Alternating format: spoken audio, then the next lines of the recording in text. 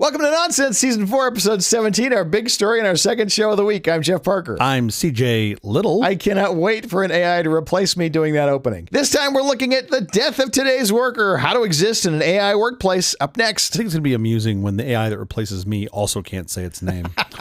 That's exactly what's going to happen. It's going to train it on hundreds of episodes of nonsense. And like, well, this is how he says his name. Not very well. Listen, you and I both belong to a profession that is just been eviscerated by AI. Yeah. Firsthand, we know lots of people who have been displaced from AI. Basically, 75% of all programmers could be out of work soon. That is potentially true. However, I don't think that's going to be the case, and I have good reasons to believe that's not the case. Well, okay, save those reasons. We'll talk about it in 1 second. Okay. But the main thing is you want to be the one who brings in the AI. Yeah. You want to be the programmer who knows how to program using be the AI AI. fluent person. That's going to be the whole point of this episode, I'm betting. Without a doubt. Be the person who's in front of the AI charge. Don't be the person who's resisting and gets obliterated. I'm not saying you have to survive, because maybe there's some very nuanced niche industries that AI is not going to come for. But I would say for pretty much everybody, you're going to benefit by leaning in pretty hard to the current tool set that's out there. Okay, how you can win the battle with AI for your job. Let's go. Do not challenge it to math problems.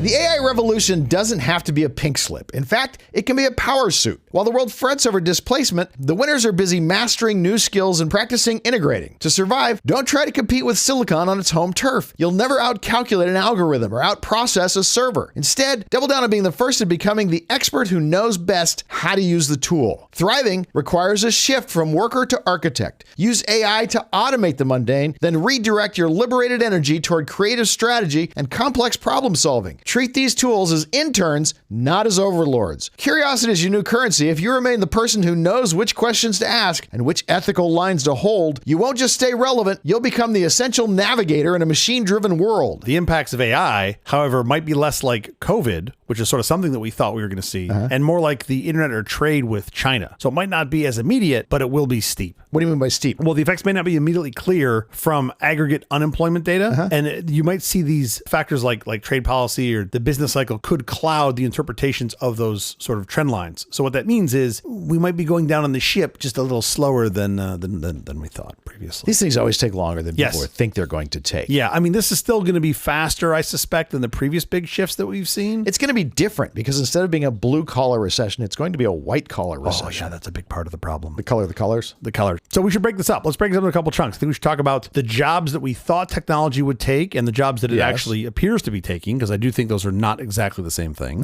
We should talk about what roles are going to be in demand going forward, because I feel like that's important. And then we should talk about building a sort of a what I'd call a hybrid skill set that an AI can't penetrate, and how you can leverage the tech to be ahead of the wave of AI that's crushing folks below it. I don't think we're going to have fewer jobs necessarily. I do think they're going to be very different jobs. Oh, yes. If you're thinking you're going to do your father's job. Oh, your father's job. That's not going to happen. If you're thinking you're going to be doing your job, that's not going to happen. If you're thinking you're going to be doing... That's true. Yeah, the intern that you hired 10 years ago, you think you're going to be doing his or her job, you're not going to be doing that. Like, I do think that entire landscape is going to change drastically. Of the careers that you and I know best, I would say it would be more software, and specifically computers, right? Computing. The computer programmers have the largest exposed occupation as of our current measuring. This is like literally as of the past week or two. By the way, you know why that's the case? Why I think that's the case? I have some theories.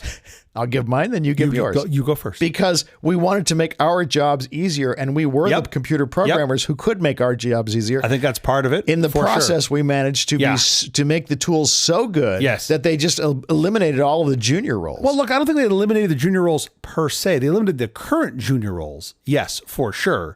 The other reason I think computer programming was one of the earliest and ones to take out with AI is it's all just pure logic. It's basically math with letters. So that's the easiest thing to get an AI to understand because it's very black and white. There isn't a lot of liberty. Now, I would say, let's talk about like a senior software developer. You know the linguistics. You know how to write down statements, and you know how to drive solutions. Good senior engineers know how to do the art, right? They know how to make it look well and be maintained. I don't think we figured out any of that with AI solutions at all. Yeah. And right now we're avoiding that problem because we're just saying, well, whatever, my cost to build it was so cheap, who cares? Right. And we're just throwing caution to the wind. I do believe that will catch up with us at some point. At some point, you're not going to want to just throw compute at it. You're going to want to say, well, let's make this a little more efficient. Or every once in a while, it does this weird thing and nobody knows why. Well, the code is Still going to do that.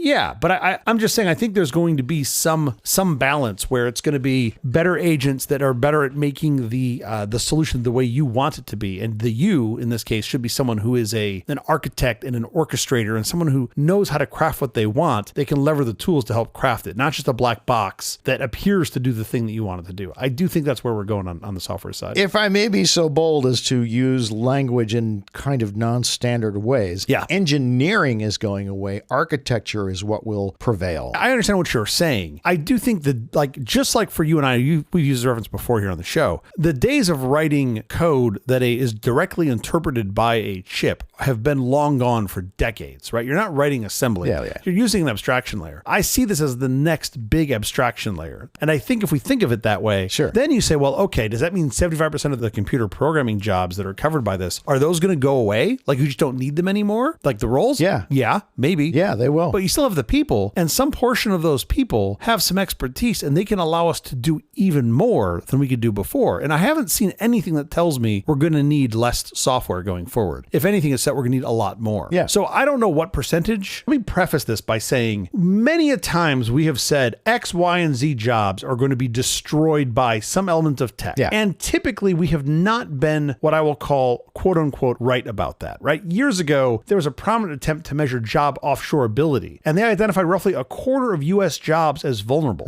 But a decade plus later, most of those jobs maintained healthy employment growth within the U.S. Like what? Give me a specific. What's a job like that? Customer service reps. Yeah. We did offshore a lot of that, but we ended up having a lot more customer service. And you ended up with gradients of customer service. The government can't really predict this, right? Their own occupational growth forecasts, while typically they have the right direction, right? Up or down, they just try to extrapolate the previous trends and move that forward. But that's true not just of the government. That's true of everybody. If you could predict those things, if you could predict what the next big thing would be, you could be the next billionaire because you'd be in front of where the world is going. Well, that's why all of these AI companies have valuations in the near trillions. People do believe they are predicting where that's going. I'm not saying they're right. I'm just saying that's there do seem to be some large bets placed on that. Sure. I'm not quite seeing the profitability. But let's go back a little bit to middle of last year. So this is May of 2025. Okay. Dario Amodei, so he's the CEO of Anthropic. And he said that AI could drive unemployment up to 10 to 20% in the next 1 to 5 years and, quote, wipe out half of all entry-level white-collar jobs. Okay. That was his sentiment about a year ago. Jim Farley, the CEO of Ford, estimated that AI would eliminate, quote, literally half of all white-collar workers in a decade. Wow. Those are folks saying, hey, look, there's something that's coming. A couple of things that we alluded to earlier that I do want to point out. Previous tech waves have pretty much always hit the blue-collar workers the hardest. Looks like blue-collar is the safest. Yeah. If you spin a wrench, your job's secure. For now, at least for the moment. Yeah. But right now, where we see the real risk is in the, if you've got higher education and higher salary, you likely have higher exposure to AI. Yeah. That's our current sentiment. Yeah. I have some arguments that sort of work against that, but generally speaking, those are the ones that we're seeing the biggest impact by AI. We also sort of as a subtext to that, the workers in the most exposed professions are more likely to be older,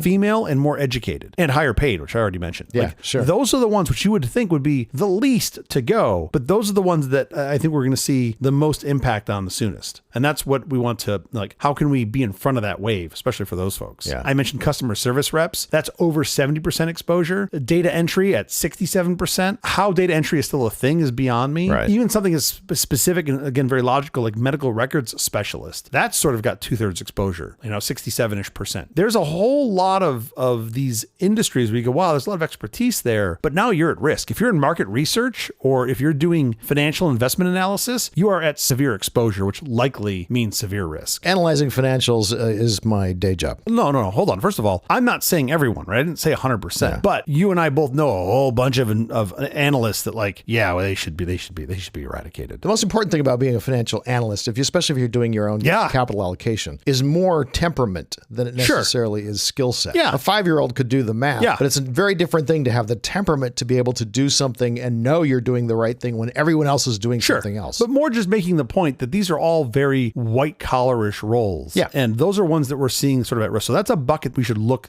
at this data, this episode through. You can add in accountants, you can add in lawyers. Sure. Yep. A non-exhaustive list of jobs that have zero coverage by AI currently. Okay. Cooks, motorcycle mechanics, lifeguards, bartenders, dishwashers. They've got zero exposure to AI currently. Yeah. That may change, but right now It's not worth it to make the robot that goes and collects the dirty dishes off the restaurant tables and takes them into the kitchen yet.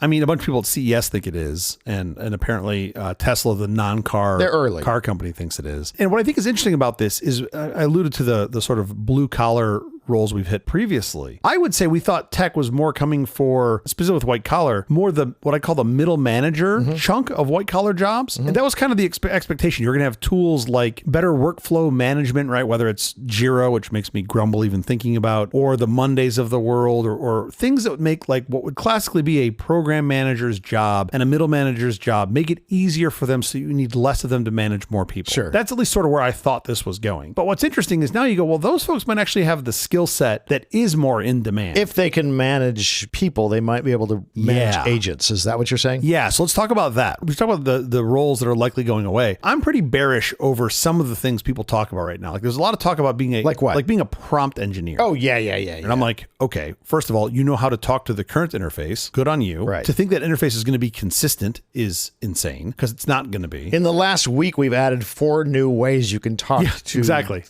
AI. And it's just getting better. So like you are at best you're one of the lily pads you step on when playing Frogger. Right. But that's it. Like it's just, I'm just walking across you to get to the other side. This whole prompt engineer concept to me, this is the equivalent of like in the late 90s when people would write that they're quote proficient in Microsoft Word on their resume. Right. I guess maybe that was nuanced then and different because you knew where the bold button was. But now like people are just like, wait, what? You use Microsoft Word? Why?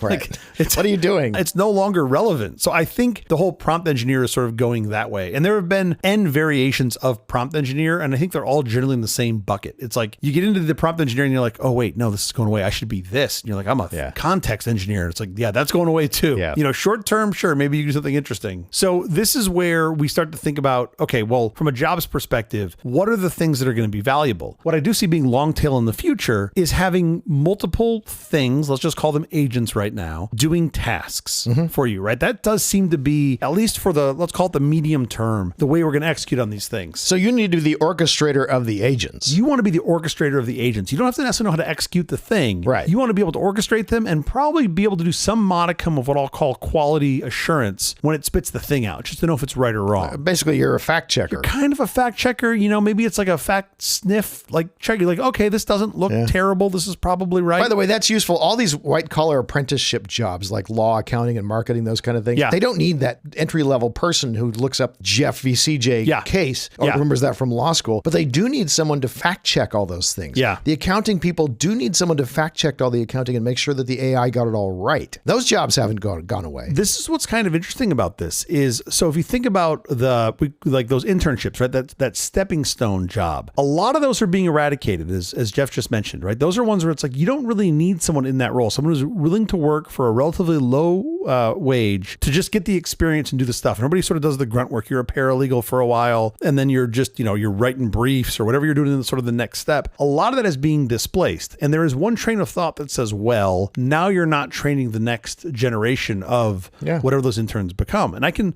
sort of see that. But I also argue, like, what part of that experience is relevant? And the parts that are going to be relevant in an AI first or AI only world, how do you replicate generating that doesn't take 5 years of being an intern and getting yelled at? I do think there's a path there. We don't know what it is yet, but I do believe we will figure it out and it will be identified pretty quickly. In some careers, we'll figure it out fairly fast. Think careers like law. Which ones do you think we won't? I think it's much more difficult in law. I think it's much more difficult in marketing. There's a lot of subtlety there that does require working with those people who used to be over you. Sure. Now, you don't have those entry level jobs, so you don't have those people over you. So how do you get to through that knowledge gap. Maybe you still do work with them. You just don't work with them in the same way. Yeah, that's probably right. it. In the past, typically knowledge and experience is of great value, right? You're a senior engineer because you've made a ton of mistakes and you've figured stuff out. And a lot of times your compensation will be proportional to your knowledge set because you know a lot. And there are less of you that have stuck around and done that. And I do think that's valuable. I think it'll be valuable going forward. However, there is another metric that is going to explode even more. Now, the landscape's changing quite a bit. So your knowledge and experience set from 20 years ago is going to be less valuable. Oh, yeah, for sure. Today and even less valuable tomorrow. But productivity is another lever that we have to account for. And this is the thing that I think we're going to see the biggest explosion in. In the past, it was hard to compare productivity person to person, like especially with software. What are you looking at? Lines of code? It's a terrible metric. You can't use lines of code. IBM used to do that and it was dumb. Terrible. So you try to look at like the size of the feature, the thing that they're building, and like you try to go, well, okay, this is a big one and this person's doing it this speed, that one's doing it that. But even that's not great. The thing is, now that you've got this almost unlimited ability to scale agents to help you do it, like the limiting factors have moved. So productivity and output, I think, are going to become more and more important, especially when you're thinking about compensation and what role you're in. It's not going to just be doing lots of work in the past. I'm cautious on your saying compensation, but I think compensation is still going to be competitively based. The fact that I can put out 50 times the work tomorrow that I put out today does not mean I'm worth 50 times more money. I'm not saying it'll be linear at all, but that might be the new baseline. I'm saying more of that. Like if that's the baseline, where before you might say, well, okay, if you've got 20 years of experience in web development,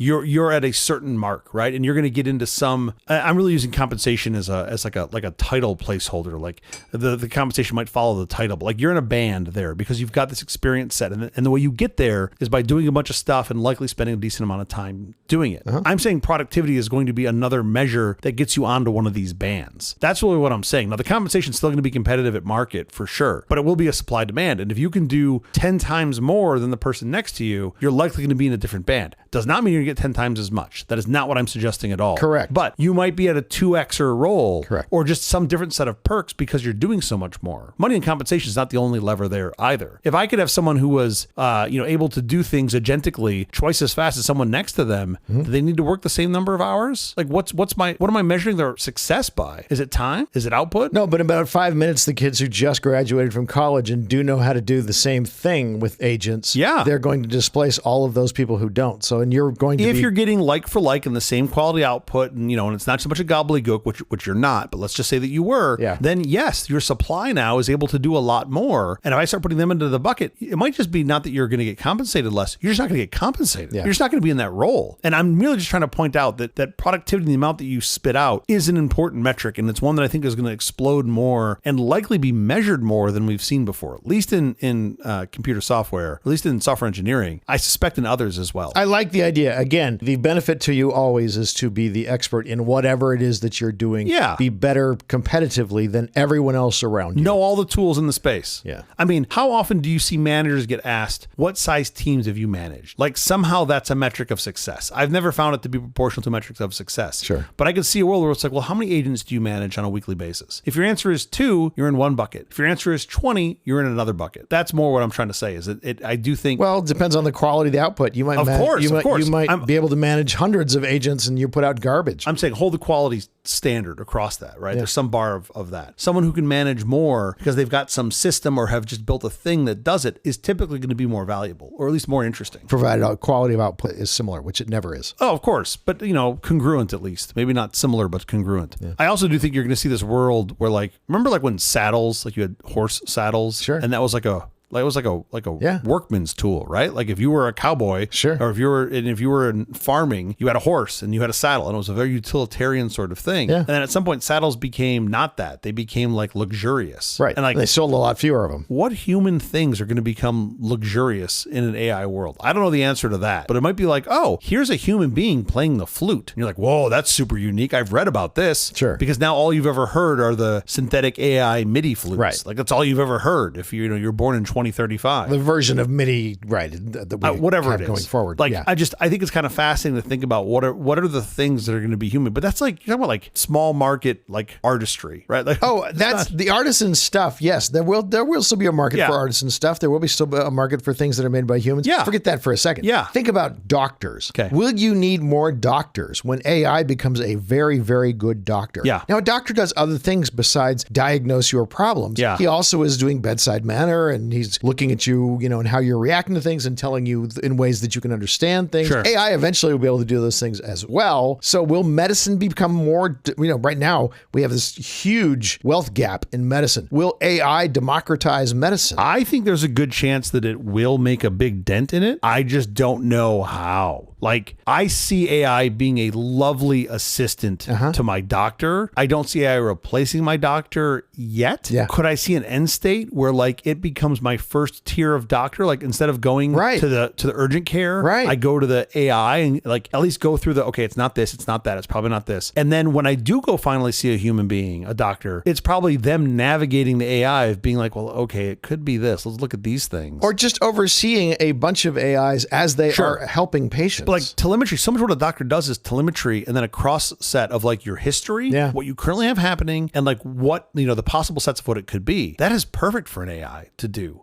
Take a picture of your throat. It's like probably not strep, Right. And can you get into a world where you've got rapid tests deployed at home or some device on your phone that can do not all, but like 15 of the most common rapid tests? Sure. Yeah. I see that being a real thing. I wasn't even thinking about it necessarily at home. Yeah. I was thinking about if you go and do a doctor visit. But an AI is going to be very good at Yeah. hearing your symptoms Of course. and looking at your history and coming to very intelligent conclusions. No, I see it being a necessary assistance, sort of like EMR. Like, how could you run a doctor's office without EMR these days? Explain to people what EMR is. Electronic medical records. I just don't think you could provide a level of service. Like, you just, it would be so odd to have everything in paper. I just don't see that really being, I'm sure there are some that still do, but man, that seems odd. I see these being a very good assistance and sort of like colleagues for doctors for sure. But I'm carrying that farther and saying, if your first step is urgent care or telemedicine, this could easily replace that. Yeah. And I'm excited about that because there's so many things. Of course. Where I'm like, man, I'm going in for this diagnostics. I'm wasting my doctor's time. They should be working on someone that's more complicated problem set than this. And your insurance company's money, because they're spending a fortune for you to go and do that thing that is a very simple thing. But I mean, I suspect if you had a really good AI, first tier,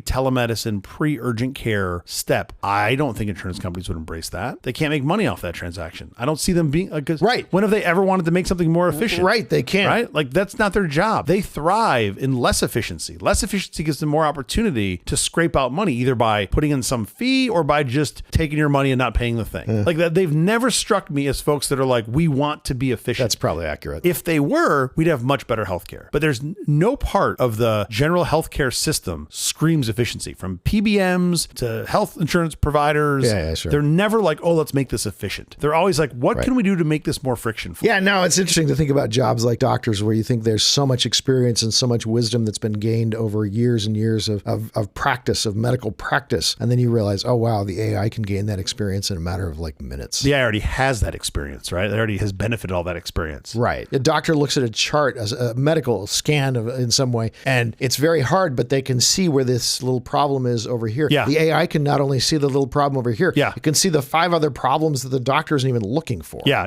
totally. It's a bright future, I love it. It is a bright future. I'm excited. unless you're a doctor. No, I think even with a doctor, it's going to be bright. I do think the order of events is important. I've said this a couple times, and I keep wanting to say, I do think it is important for the AI to be answering to the human, at least in the near term. Yeah. I do not like the way MLB is going to be calling balls and strikes, where the umpire will make the call, and then if you want to challenge it, Sure. then you go to the computer who then tells the umpire you're wrong. You want to do the other way around. Much rather have it be the other way around, where the computer is making all the calls, and if the umpire wants to override what the computer has said, he can do that. Okay. The only time that would actually need to happen is if like a bird flew in front of all the cameras at the same time. It would just get it right forever. Right. You just have an ump in the back. It would just be like a sack of of potatoes with a mask on. That's all it would be. And mostly that should be the case, Yeah. but occasionally you're going to get some anomaly that the computer isn't doing right, Yeah. and it's really nice that the now can override You're right. what the computer has said. That would happen one time. Someone would debug that line of code. It would never happen again. Right. That's how it should work. That's exactly how it should work. But if you're going to automate the automate the effing players too while you're at it. Just automate the whole thing all the way down. Okay.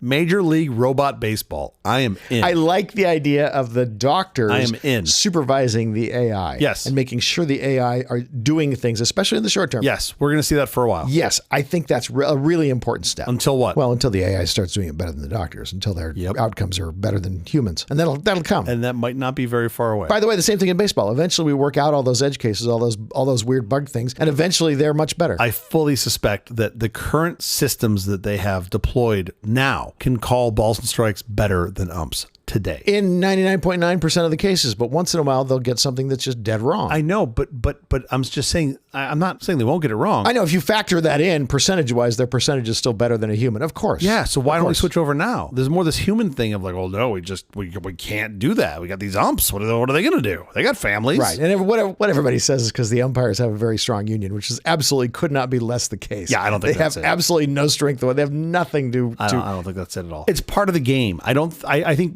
the observers of the game would have a harder time with it. I'm an observer of the game. I have no hard time with it. Get the calls right. You're unique. This is a contest between two teams. It is not about this person who makes calls wrong. I'm a little passionate about this, aren't I? You are a little passionate about this. All right, we have to get out of here. But quick before we do, have you seen or read anything good this last week? Oh, I sure have. It's not about baseball? Well, it is. It's kind of about baseball. I'm going to bring it back to baseball. Okay. Cory Doctorow coined the term enshittification in 2022. Yes. It was to describe the process in which two-sided online products and services decline in quality over time. Of course. For folks who don't know, this is where like initially a vendor will create a high-quality offering to attract users. Often losing money in that offering. Sure. Because they're trying to attract users. Maybe not. Yeah. The point is, it's a good service. You like it. You come, you join. And they degrade those offerings to better serve business customers. And then finally, degrade their services to both users and business customers to maximize short-term profits for shareholders. Sure. You can see this sort of classic cycle. Doctorow frequently cites Google as the ultimate example. Microsoft and Meta are often cited as well. There's lots of enshittificators out there. Okay. The Norwegian Consumer Council has noticed that digital products and services are steadily becoming worse. I love it. They sort of paid attention. Sure. And to promote this new report that they released, it's actually really good. It's called Breaking Free: Pathways to a Fair Technological Future. They created a video promoting their fictional company, and I'm saying fictional, maybe this could be a real company, whose sole purpose is to make things shittier. Oh. It's the absurdity of it, of course, is what makes it excellent. Of course. And I suspect that most of our listeners have already seen it, being the nerds that you all are. But if you haven't, click on the link in the show notes and check it out. It's called A Day in the Life of the Enshittificator on YouTube. It's 4 minutes long. It's really fun. It's really, really fun, as only the Norwegians can do. I am looking forward to that. Oh, you will love it. You haven't seen it yet? Have you not seen it? I have not seen it. No. Oh, it made all the rounds last week. Oh, it's great. I will definitely put a link in the show notes. You've got to check it out. How about you? What have you seen? The documentary Sunday Night is a vibrant, fast-paced tribute to the Ed Sullivan Show, the ultimate cultural campfire of the 20th century. It captures how a stiff, unlikely columnist became the gatekeeper of American cool. The film masterfully weaves together iconic debuts, from the Beatles' British invasion to Elvis's pelvis. With the high-stakes drama behind the curtain, it highlights Sullivan's uncurated role as a civil rights ally, consistently featuring black artists like the Supremes and James Brown during peak segregation. It's a compelling look at a man who curated the soundtrack of a generation. It's fantastic. It's a really good movie. You would not believe what a civil rights champion this person was. I love it. There's a really good documentary that's about Fred Rogers. Yeah. And Fred Rogers flew in the face of segregation in 100 different ways. Yeah. There were times when there were like outrage that black people and white people were swimming in the same swimming pool. And that week he had on his mailman who was black, and the two of them took off their shoes and socks and put their feet into a wading pool. He was an amazing man. I'm shocked how much Ed Sullivan was that person for adults. Was he really? I had no idea. Yeah. Oh, wow. Is this a recent doc? Yes. Okay, I got to check this out. It's so good. Sunday Night on Netflix now. Definitely check it out. Good rec. That is the episode. Thank you for joining us for All This Nonsense, a truly terrible podcast from The Awful Company. This is on the web at nonsense.productions. I'm CJ Little. I'm Jeff Parker. If you like this program, please follow, download, subscribe, and like at Apple Podcasts, YouTube Music, Amazon Music, AntennaPod, iHeartRadio, Spotify, my favorite Overcast, wherever you may get your podcasts from. Nonsense is produced using the Ardour multi-track digital audio workstation. Amazing, full-featured software, open source, and free. This trick where you can understand me talking while music plays underneath is done with Ardour. Check it out. We'll be here every Tuesday and Thursday mornings for more nonsense. Please join us. At least until the AI replaces us. Which will be next week. Looking forward to it.